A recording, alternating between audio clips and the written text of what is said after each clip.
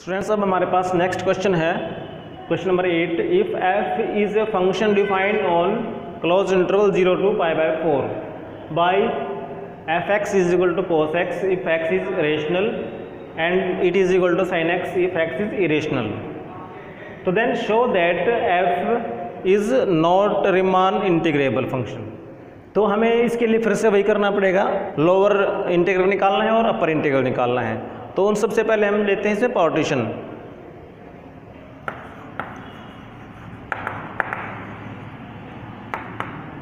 सबसे पहले तब ये लिख देंगे कि फंक्शन डिफाइन कुछ इस तरह से कर रखा है, इंटरवल ये है।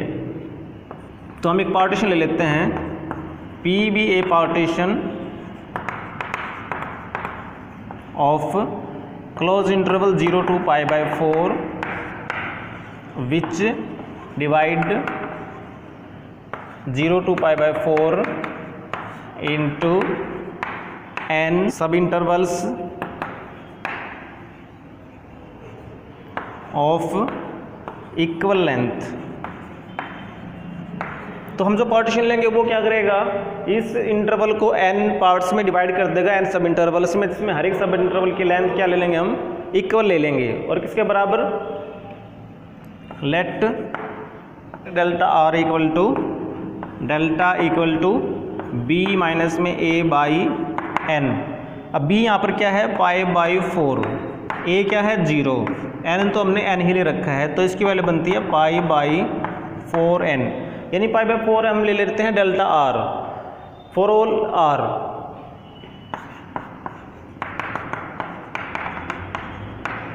अब हमें इसके बाद देखना कि पार्टीशन क्या बन रही है। तो पार्टीशन में क्या बनेगा, सबसे पहले हमारे पास लेते हैं a जो कि हमारे पास 0, उसके बाद लेते हैं हम x1 इस फॉर्मूले से क्या आएगा हमारे पास, a प्लस में डेल्टा दैट इज π/4n। उसके बाद जो नेक्स्ट आएगा आपके पास x2, वो क्या होगा, a प्लस में 2 डेल्टा, यानी इसका 2 टाइम्स कर दो। उसके बाद आएगा 3π/4n। उसके बाद जो xr-1 आएगा वो क्या आ जाएगा, r-1 π/4n। इसके नेक्स्ट आएगी r π/4n और लास्ट में आपके पास क्या आ जाएगा, n π/4n। दैट इज वो तो π/4 ही आना चाहिए और वही आएगा। तो ये हमारे पास बन गई पार्टीशन। अब इस पार्टीशन में आप देखिए RF इंटरवल ये है, इस इंटरवल के लिए हमने निकालना है स्मॉल mr और कैपिटल mr। स्मॉल mr क्या होता है, इन्फिमम ऑफ द फंक्शन, और x कहाँ से लेंगे हम, rth सब इंटरवल में से, यानी कि इसमें से।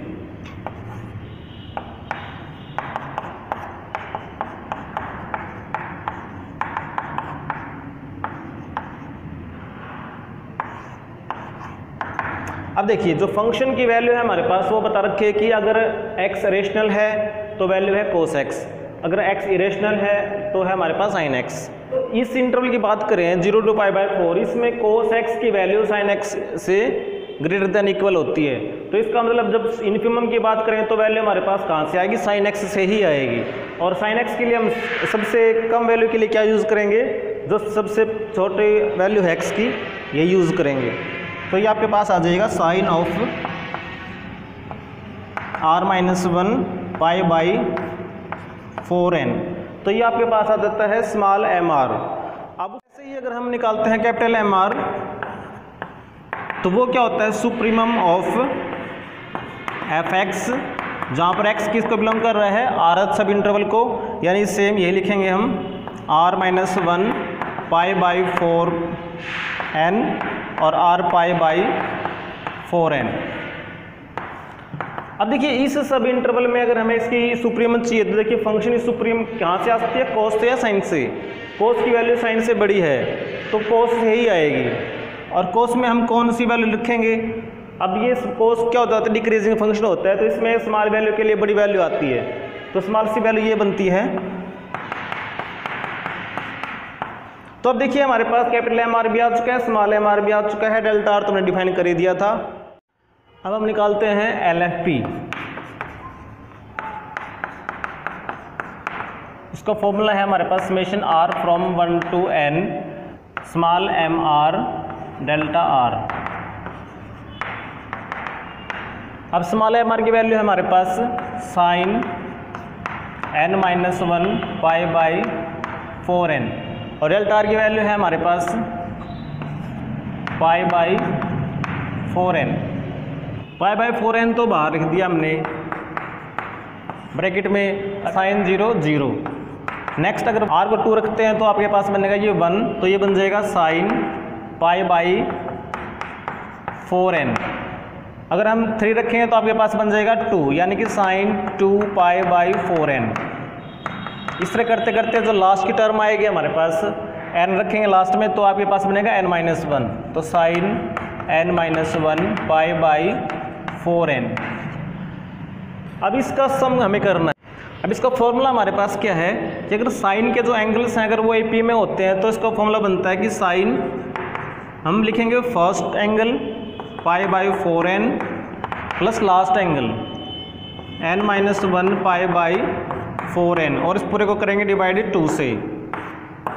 फिर इनटू में आएगा साइन n इंटू, अब जो कॉमन डिफरेंस है वो आपको पता है कि है पाई बाई 4n, जो कि डेल्टा की वैल्यू मिली थी, बाई में करेंगे हम 2, और इस पूरे के डिवाइड में हम लिखेंगे साइन, जो कॉमन डिफरेंस है that is pi by 4n,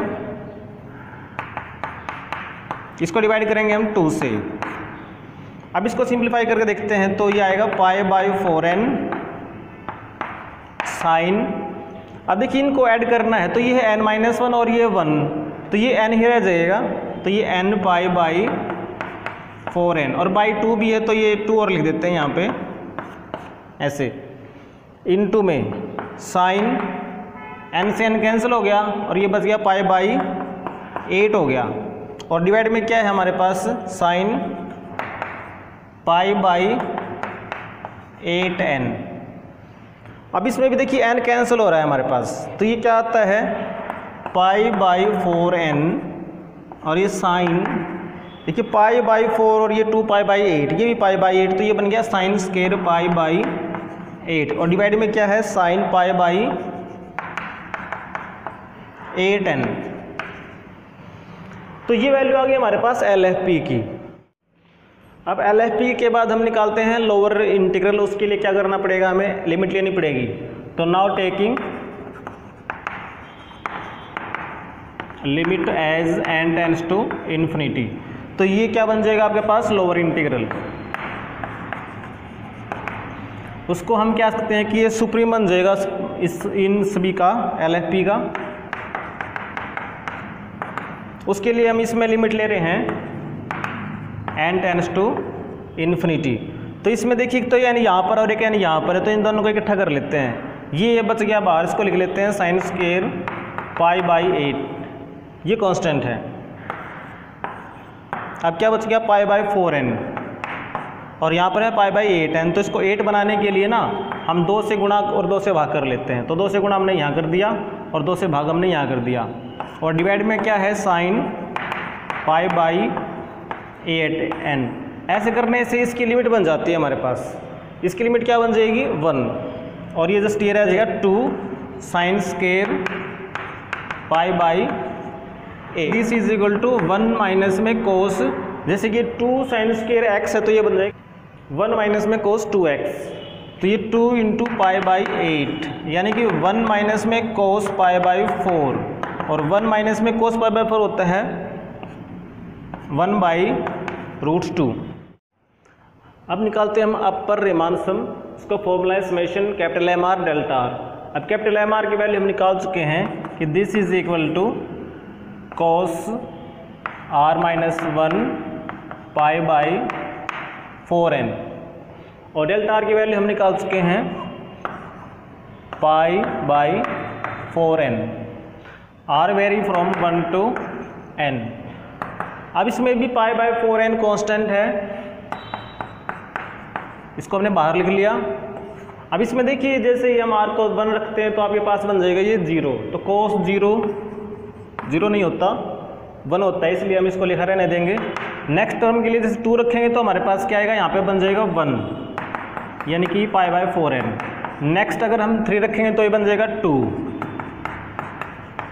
उसके बाद फिर 3π/4n। इस तरह से करते हैं, लास्ट में जो हमारे पास आ रहा है n रखेंगे तो क्या बनेगा cos n-1 π/4n, ये लास्ट टर्म आएगी। अब इसको भी ऐड करते हैं, इसका भी हमने एक फॉर्मूला पढ़ा था कि कोस में अगर सीरीज बनती है जिसके एंगल्स आपके पास AP में है तो उसका फॉर्मूला क्या बनता है, पहले तो कोस लिखेंगे, उसके बाद first term plus last term हमारे पास क्या है n-1 π/4n और इसको डिवाइड करेंगे 2 से। उसके बाद आएगा साइन n इंटू जो कॉमन डिफरेंस है वो है π/4n और डिवाइड करेंगे इसको 2 से, और डिवाइड में आएगा हमारे पास साइन कॉमन डिफरेंस बाई 2। अब इसको देखिए क्या बनता है, ये π/4n cos n-1 बाई में n और ये π/8, 4 और दूनी 8, ये इसका एंगल बन गया। यहाँ पर देखिए साइन n से n कैंसिल, क्या बच गया π/8 बच गया, और डिवाइड में क्या रहेगा देखिए sign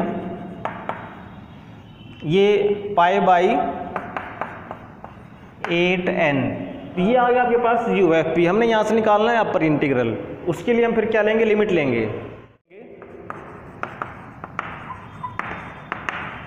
limit as n tends to infinity, ऐसे करने से ये क्या बन जाएगा अपर इंटीग्रल, और वो क्या आएगा इसका इन्फिमम।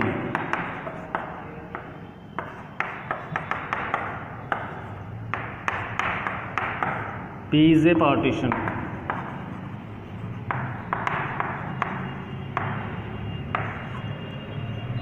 उसके लिए हम क्या ले रहे हैं, लिमिट ले रहे हैं n टेंड्स टू इन्फिनिटी। तो इसमें देखिए जहाँ पर n नहीं है ना उसको तो हम लिख लेंगे एज इट इज। एक ये है साइन π/8, ये मैंने ऐसे लिख दिया। अब इसमें भी n है, इसमें भी n है, इसमें भी n है, तो इसको दोनों कर लेते हैं इकट्ठा। इसमें 4n है, इसमें 8n है, तो इसको 2 से गुणा भाग कर लेते हैं।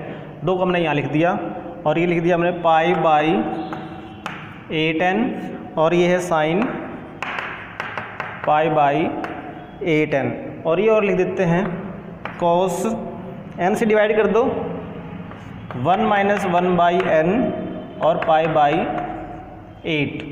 अब इस पे लिमिट ले रहे हैं तो देखिए ये 2 sin π/8 एज इट इज, इसकी लिमिट हमारे पास क्या बन जाएगी 1। इसकी लिमिट हमारे पास क्या बनेगी, ये टेंड्स टू हो रहा है इन्फिनिटी, तो ये बन गया 0 और ये रह गया 1, तो ये बच गया cos π/8।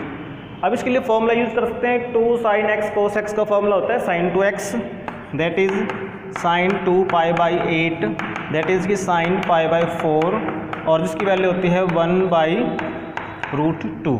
Year lower integral 0 π/4 f dx is not equal to upper integral f dx। इनकी वैल्यू डिफरेंट आई हुई है, इसलिए हम क्या कहेंगे, therefore f is not Riemann integrable.